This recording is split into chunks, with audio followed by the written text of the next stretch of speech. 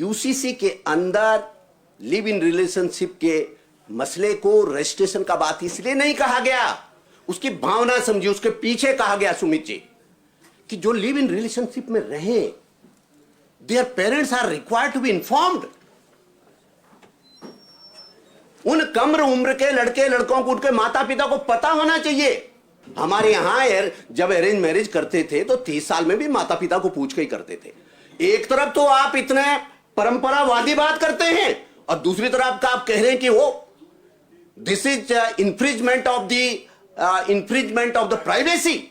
हम बताना नहीं चाहते, लेकिन वो जो तमाम सारी चिंताएं जिसकी तरफ इशारा, कौन कलावा बांध के, कौन नाम बदल करके, कौन गुड्डू लिख करके, कौन सोनू लिख करके, किस प्रकार के फ्रॉड्स होते हैं, मैं आपको बता रहा हूं 9 लोगों को, ऐसे लोगों को मुझे जेल 3 महीने के अंदर भेजना पड़ा जिन्होंने डिसेप्टिव प्रैक्टिसेस को एडॉप्ट करके, नाम छुपा करके, धर्म छुपा करके लड़कियों को फंसाने का काम किया। और जब उसके बाद असलियतें मालूम पड़ी। लॉ लोग इवेड करेंगे, इस चक्कर में हम लॉ नहीं बनाएंगे, हम कानून नहीं बनाएंगे। लॉ लोग इवेड करेंगे। लॉ इवेजन का काम करने वाले लोगों के लिए हमारी लॉ एनफोर्सिंग एजेंसी है, लेकिन उसके डर के मारे हम कानून नहीं बनाएंगे, ऐसा नहीं हो सकता। और जो लोग धड़ेआम ये कहते हैं हम कानून को नहीं मानेंगे, तो मुन्ना सिंह चौहान नाचीज होते हुए मैं फिर भी ये कह रहा हूं, जो ये कहेगा इस देश के अंदर, इस प्रदेश के अंदर हम कानून को नहीं मानेंगे, उसे सोचना पड़ेगा कि उसके उत्तराखंड में रहना है कि नहीं रहना है। उत्तराखंड के कानून मानने के लिए हर उत्तराखंड का निवासी बाध्य है। यह इजाजत किसी को नहीं दी जाएगी कि वो कहें कि हम कानून को नहीं मानेंगे। सुप्रीम कोर्ट ये कह रहा है, क्वेश्चन ये था कि जो फंडामेंटल राइट्स है क्या उसको भी एब्रोगेट किया जा सकता है? तो परोक्ष रूप से सुप्रीम कोर्ट ये कह रहा है कि जो कॉमन सिविल कोड है, जो directive principle of state policy है, वो कोई ऐसा नहीं है कि उसको ऐसे छोड़ दिया गया कि भैया चौराहे पे से चाय पीते हुए कुछ बातचीत कर लेना है। Never implemented. It is a resolve of our founding fathers. आज तारीख तक दुनिया के किसी भी जगह पर ऐसा कोई कानून नहीं बना जिस कानून ने समय के साथ, क्योंकि समय ही सबसे बड़ा टेस्ट होता है, इसलिए हम शब्दावली भी कहते हैं टाइम टेस्टेड।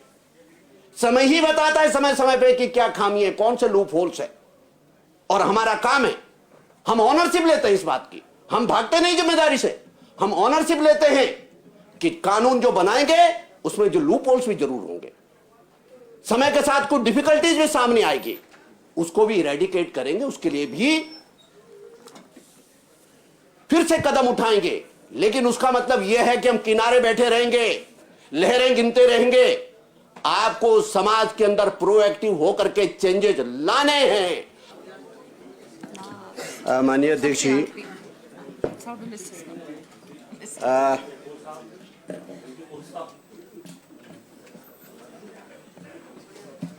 कल से लेकर के आज तारीख तक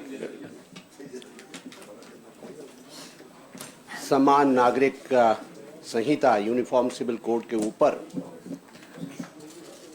अलग अलग पहलुओं पर बहुत रोचक, बहुत लाइव डिबेट हुई।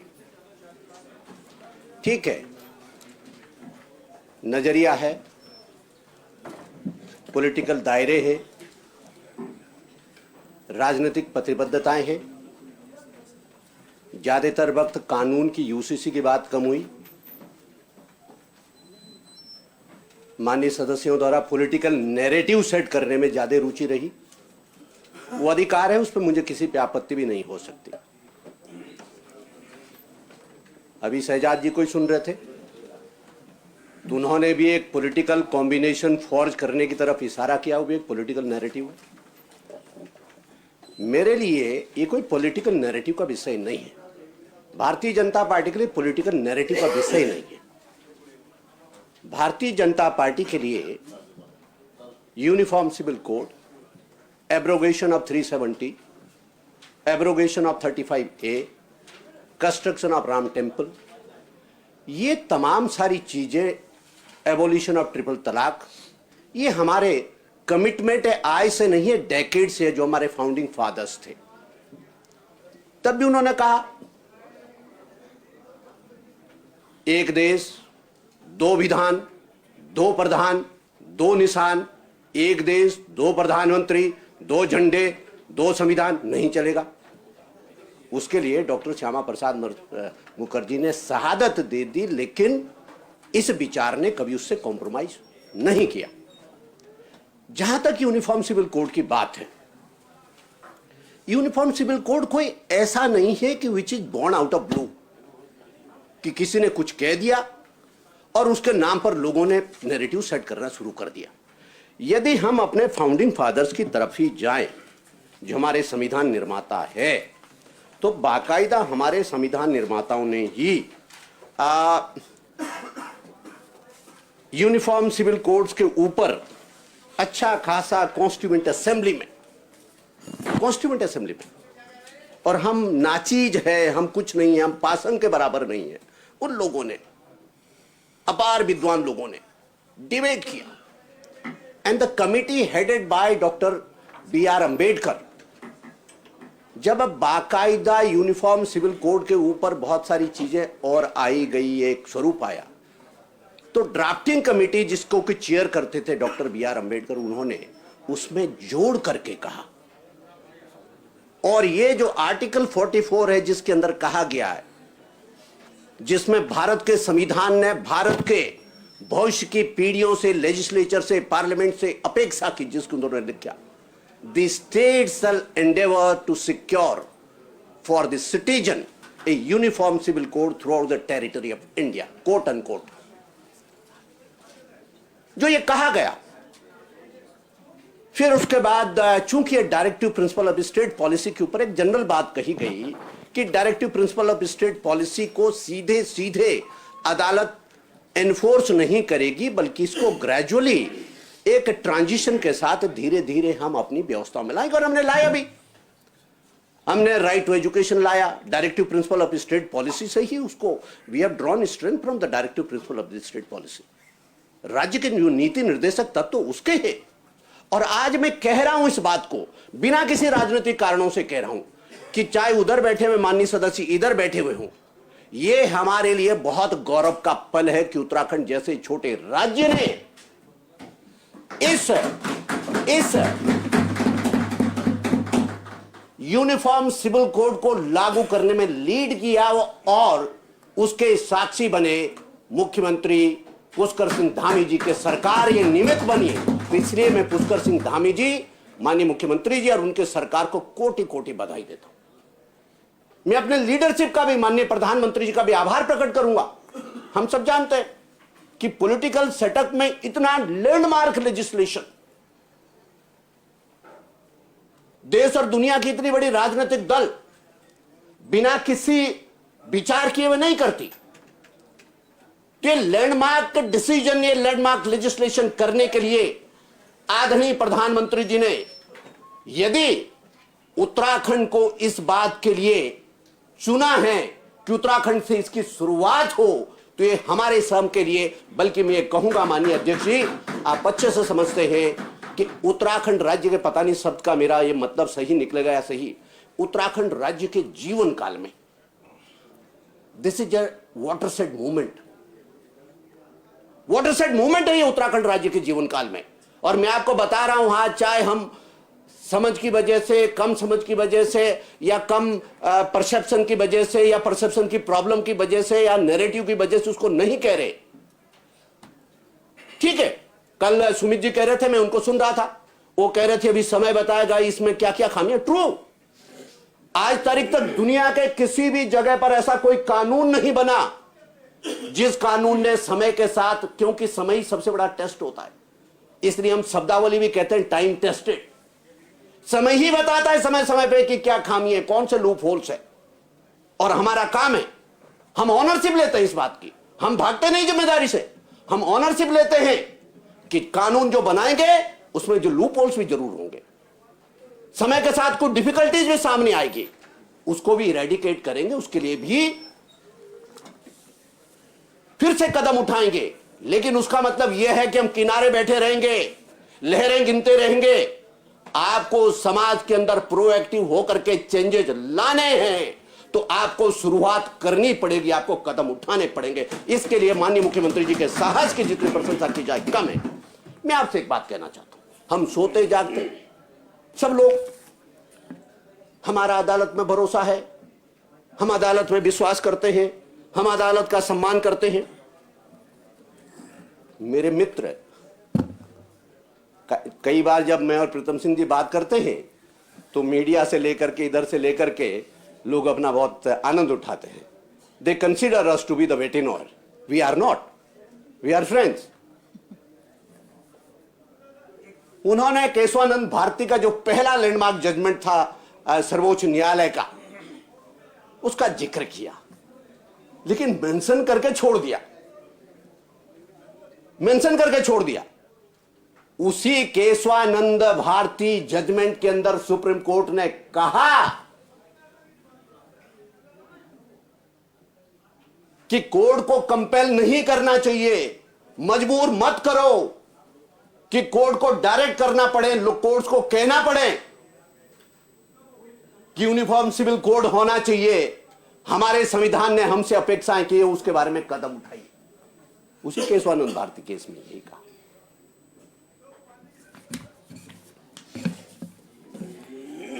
हमको यहां, यदि आप कहें माननीय अध्यक्ष जी, मैं उसको बहुत इंपॉर्टेंट है। First landmark judgement in which the supreme court manifest its desire for implementation of the Uniform Civil Code was His Holiness Keswanand Bharti versus State of Kerala. While examining the question whether the Parliament can abrogate the fundamental right in order to effect some of the directive principles of the state policy. जरा समझिए इसको। Supreme court ये कह रहा है, question ये था कि जो फंडामेंटल राइट्स है क्या उसको भी एब्रोगेट किया जा सकता है। तो परोक्ष रूप से सुप्रीम कोर्ट ये कह रहा है कि जो कॉमन सिविल कोड है, जो directive principle of state policy है, वो कोई ऐसा नहीं है कि उसको ऐसे छोड़ दिया गया कि भैया चौराहे पे से चाय पीते हुए कुछ बातचीत कर लेना, never implemented. It is a resolve of our founding fathers.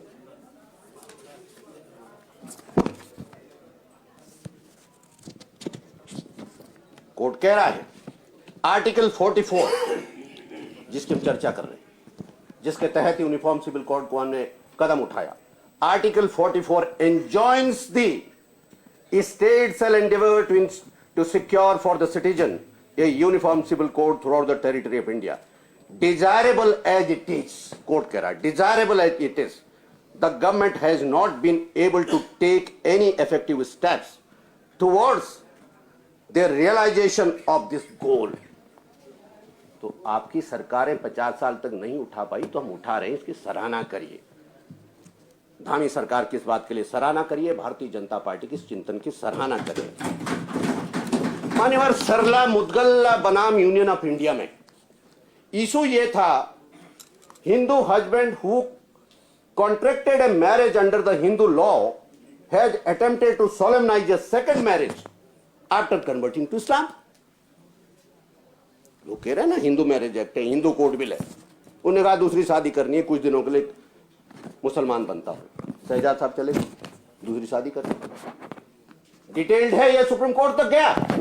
Supreme court ने फिर फ्रस्ट्रेशन जाहिर की, अपेक्षा की, और सुप्रीम कोर्ट ने फिर इस बात के लिए कहा, justice Kuldeep Singh made a strong observation in support of the uniform civil code. बहुत डिटेल्ड ऑब्जर्वेशन है। माननीय अध्यक्ष जी, कितनों की बात करें, अभी साहबानो केस की हम सभी बात करते हैं।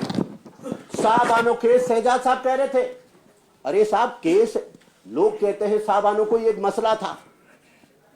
जब नजीरें बनती है, कानून बनता है, तो कोई मसला ही होता है, लेकिन उन मसलों से ही भविष्य के दरवाजे और खिड़कियां खुलती है। मुस्लिम महिला को न्याय देने का एक कानून था, और मामूली केवल एक तलाकशुदा महिला को मेंटेनेंस देने का विषय था। लेकिन विक्रम जी, आदरणीय आर्या जी, हमारे वरिष्ठ हर दृष्टि से अपने ब्रूट मेजॉरिटी, अपने प्रचंड बहुमत के गरूर में, मैं कांग्रेस पार्टी को भी कहता हूं कि आज समय आपको उस बात के लिए रिपेंट करने के लिए, प्रायश्चित्त के लिए आज समय आपके पास है। अपने ब्रूट मेजॉरिटी के चक्कर में सुप्रीम कोर्ट के उस डिसीजन को बदल करके और आज तारीख तक मुस्लिम बहनों को उस अत्याचार से गुजरने के लिए आपने मजबूर किया। राजीव गांधी की सरकार ने 85 में साहबानो केस को, सुप्रीम कोर्ट के जजमेंट को ओवरटर्न करने का आपने काम किया। मैं आपसे एक बात और कहना चाहता हूं,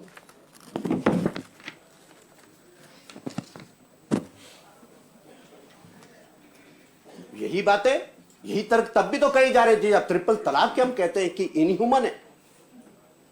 वो साहबानो था, सायरा बानो का केस था और हमें फक्र इस बात का कि सायरा बानो केस में जो पिटिशनर थी, जिस बहन ने लड़ाई लड़ी, वो हमारे प्रदेश की निवासी है, काशीपुर की निवासी और जीती। और आज आप जाइए, कोई गलतफहमी, जितना मर्जी आप नैरेटिव सेट करते रहिए। मानिए अध्यक्ष जी, आप खुद एक महिला हैं, आप जाइए बहनों के बीच में, आप जाइए मुसलमान बहनों के बीच में और पूछिए उनसे, हर पढ़ी लिखी मुसलमान महिला, लड़की, छोटी बहन, बेटी कहेगी कि हमें इस ड्रैकोनियन प्रथा से मुक्ति मिल गई है, हम समान का जीवन जीने के अधिकारी हो गए हैं। लोग कह रहे हैं कि दुरुपयोग हो रहा है, बिल्कुल हाँ ठीक है, इंप्लीमेंटेशन में कमी हो रही होगी, बहुत सारे लोग इवेड कर रहे होंगे इस लॉ को, तो लॉ लोग इवेड करेंगे, इस चक्कर में हम लॉ नहीं बनाएंगे, हम कानून नहीं बनाएंगे। लॉ लोग इवेड करेंगे, लॉ इवेजन का काम करने वाले लोगों के लिए हमारी लॉ एनफोर्सिंग एजेंसी है, लेकिन उसके डर के मारे हम कानून नहीं बनाएंगे, ऐसा नहीं हो सकता। और जो लोग धड़ेआम ये कहते हैं हम कानून को नहीं मानेंगे, तो मुन्ना सिंह चौहान नाचीज होते हुए मैं फिर भी ये कह रहा हूं, जो ये कहेगा इस देश के अंदर और इस प्रदेश के अंदर हम कानून को नहीं मानेंगे, उसे सोचना पड़ेगा कि उसके उत्तराखंड में रहना है कि नहीं रहना है। उत्तराखंड के कानून मानने के लिए हर उत्तराखंड का निवासी बाध्य है। यह इजाजत किसी को नहीं दी जाएगी कि वो कहें कि हम कानून को नहीं मानेंगे। Law will take its course. मानिए अध्यक्ष, अभी आदरणीय प्रीतम सिंह जी कह रहे, अच्छा प्रेजेंटेशन था, अच्छी तैयारी से बोले। उन्होंने कहा कि सुप्रीम कोर्ट ने कहा दिस इज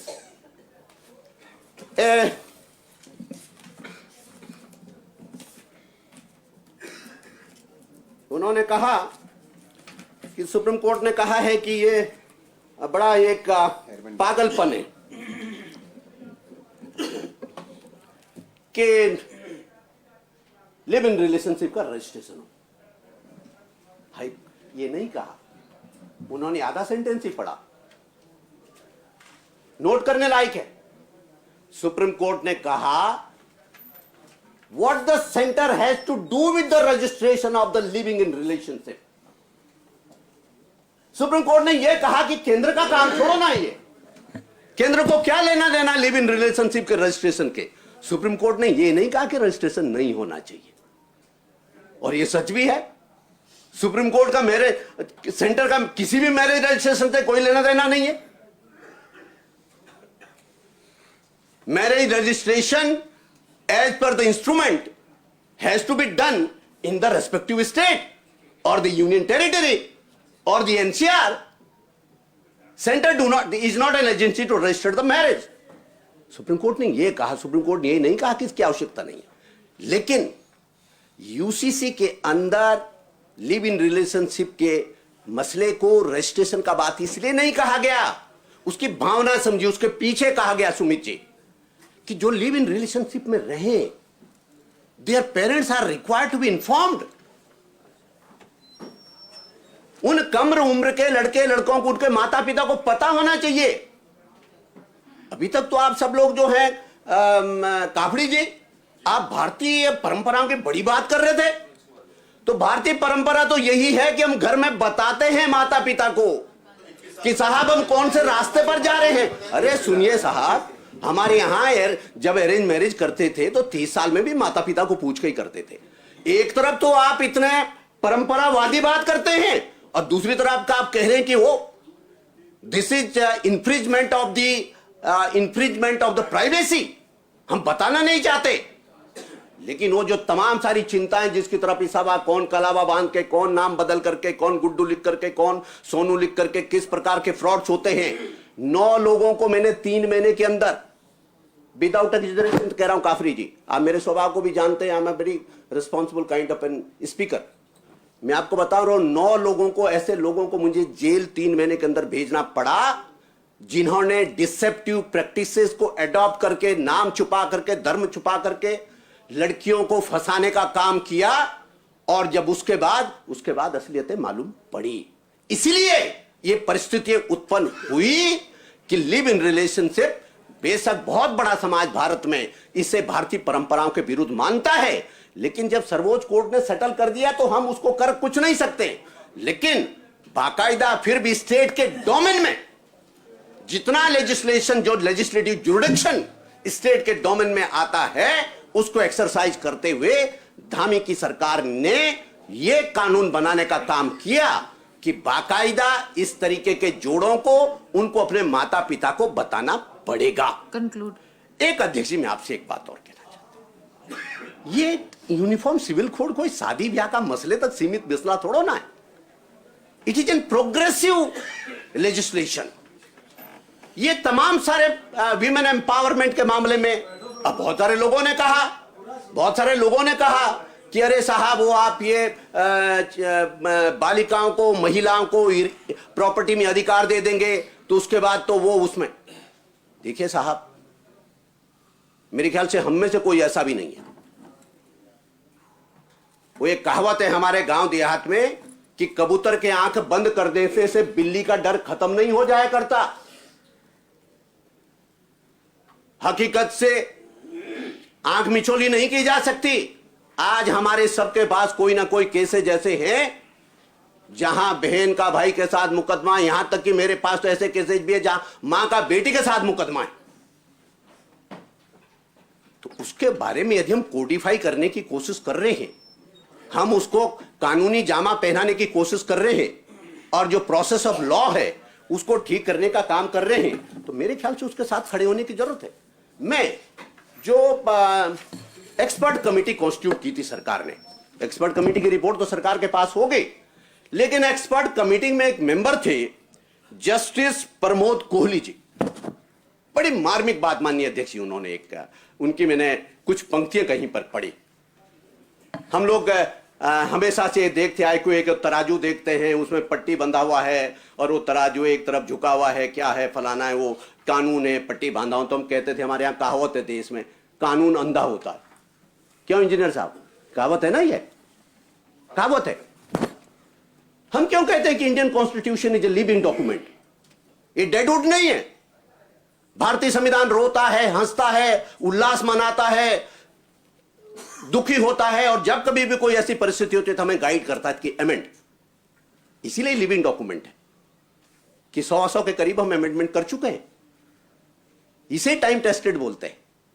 यही समय के साथ रेजिलियंस हमारे सिस्टम का, लचीलापन हमारा क्या है कि परिस्थितियों के मुताबिक हम अपने आप को एडजस्ट करते हैं। That is the success. जज साहब ने क्या लिखा, रिटायर्ड जज है, इंसाफ करने की कसम खाई थी, इसलिए आंखों पर पट्टी लगाई थी। इंसाफ हो बिन देखे, बिन पहचाने, कानून ने कुछ ऐसी रस्म बनाई थी। मेरे खामोशी को मेरी कमजोरी माना गया, इसलिए मुझे बतौर अंधा कानून जाना गया। आगे उन्होंने जो कहा वो बड़ा मार्मिक है साहब। न मैं अंधा हूं, न मैं खामोश हूं, अपनी ही बंदिशों से रूपोश हूं, मैं समझ गया हूं। Why do we call that society is a dynamic process? Why do we call constitution is a dynamic document? Why do we say legislation is a dynamic process? Law making is a dynamic process. Requirement of the society is a changing environment. Resilience of the society is the success of the society. आगे उन्होंने कहा, मैं समझ गया हूं, मुझे संवरना होगा। ये जज लिख रहा है, मैं समझ गया हूं, मुझे संवरना होगा, अपनी ही, इसलिए अपने अंदाज को बदलना होगा। मैं समझ गया हूं, मुझे संवरना होगा, इसलिए अपनी अंदाज को बदलना होगा। और आगे जो कहा है उसको सुन लीजिए साहब। वक्त आ गया है आंखों से पट्टी खोली जाए, वक्त आ गया है आंखों से पट्टी खोली जाए और सच्चाई आंखों के सामने तौली जाए, आंखें बंद करके नहीं। This is the hour, need of the hour. हमारी और मैं आपसे कहना चाहता हूं, नहीं साहब कहां की बात करते हैं हम, किस कानून की, किस रिलीजियस कानून की बात करते हैं। देखिए आप यदि बैकग्राउंड में जाएंगे अध्यक्ष जी। Sir, if I may, ma'am, एक minute, let me complete then you can comment. You are a very enlightened member. मानिए अध्यक्ष जी, तो होता रहा सभी धर्मों में। आप तो टीचर भी रही हैं, मुझे मालूम है। बाकायदा गैलीलियो जो साइंटिस्ट था, उसने ये कह दिया कि भाई ये तो झूठ कह रहा है चर्च कि सूरज पृथ्वी की चारों तरफ घूमता है, उल्टा है, पृथ्वी सूरज की चारों तरफ घूमता है। तो चर्च ने कहा फांसी की सजा, माफी मांगी तो कैद, जेल। और पुरानी बात नहीं बता रहा हूं, पोप जॉन पॉल II तक Galileo was an offender of the church. Vatican city में उनका नाम था दोषियों में, उन्होंने उस लिस्ट से नाम हटाया। लेकिन जिस सनातन को ढोंग कहा जाता था, जिस सनातन को ढोंग कहा जाता था, आदि ऋषियों ने कहा कि हमारा जो सौर्य मंडल है वो चक्कर काटता है।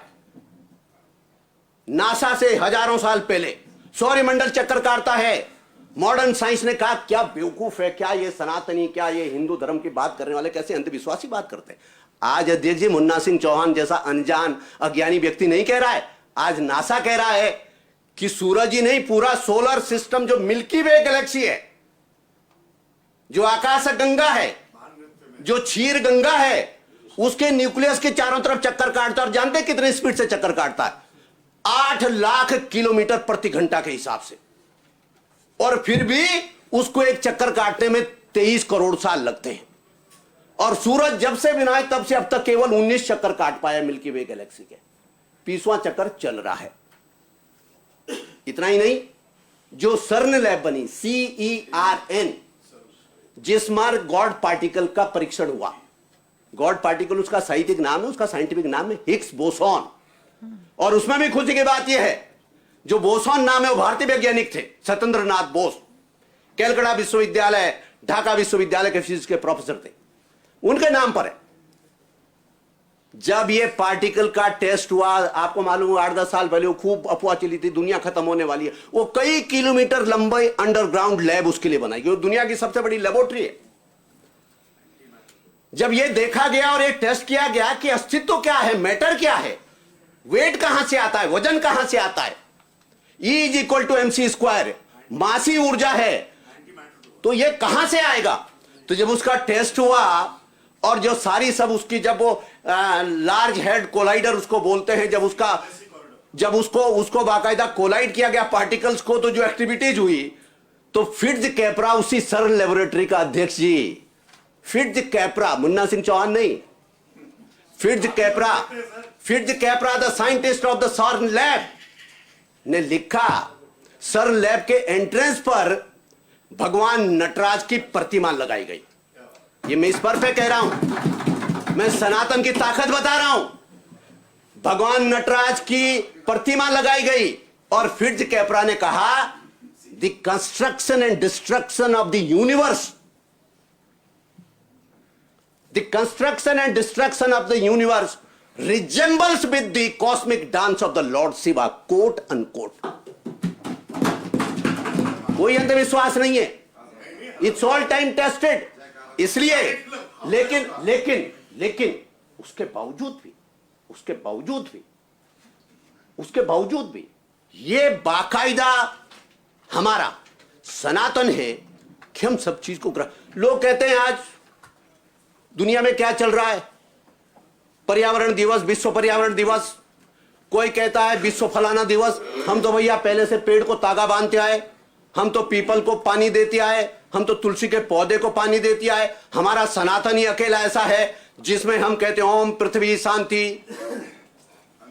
अंतरिक्ष शांति, माननीय सदस्य, विश्व शांति। हम पूरे दुनिया के Conclude करिए। Ultimately it is A scientific treatise it is A scientific treatise. लेकिन उसके बावजूद भी हम और हमारा विचार परिवार, हमारी सरकार इस बात को मानती है कि बदलती हुई दुनिया में सब चीजें करनी पड़ेगी। मैं आपको लेटेस्ट बता रहा हूं अध्यक्ष जी, उससे बड़ा सुमित जी कोई अवसर नहीं हो सकता। अभी शरीयत की बात कर रहे थे शहजाद भाई, कंक्लूड करिए। मैं सब कंक्लूड कर रहा हूं।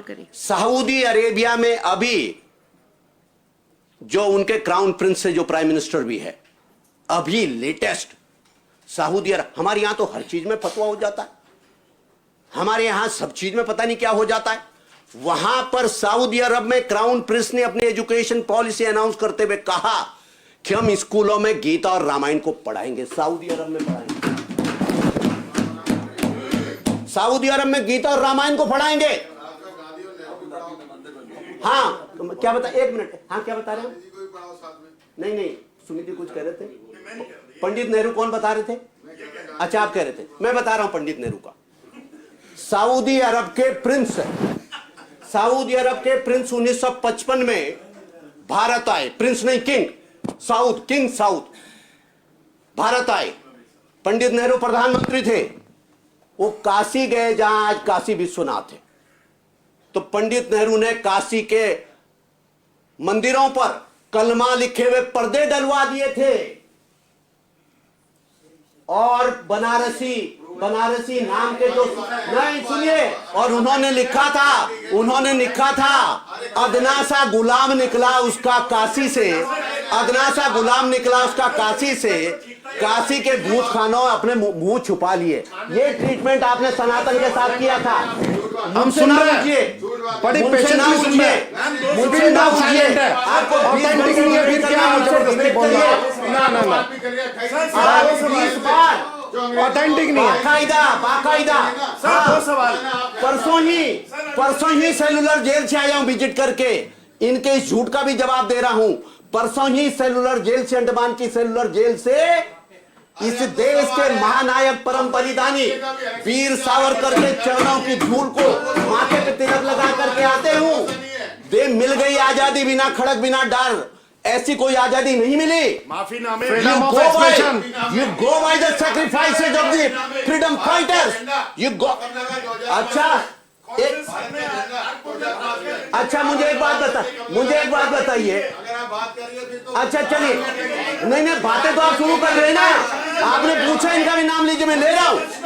अच्छा आप एक बात बताइए, अशफाकुल्लाह को आप क्या मानते हैं? नहीं क्या मानते? अशफाकुल्लाह को आप देशभक्त मानते हैं कि नहीं? मानते हैं कि नहीं? नहीं अशफाकुल्लाह को आप मानते हैं कि नहीं? वीर शहीद मानते हैं ना? तो अशफाकुल्लाह ने भी क्लेमेंसी अपील डाली थी, mercy petition. That does not mean he was not a freedom fighter, that does not mean he is not, that was intelligence. Actually he was an strategist. He knew how to dodge the Britishers. ऐसा कौन सा परिवार है जिसकी 4 पीढ़ियां jail में गई? आपके लॉजिक के मुताबिक भारत के इतिहास में हमें अभिनंदन को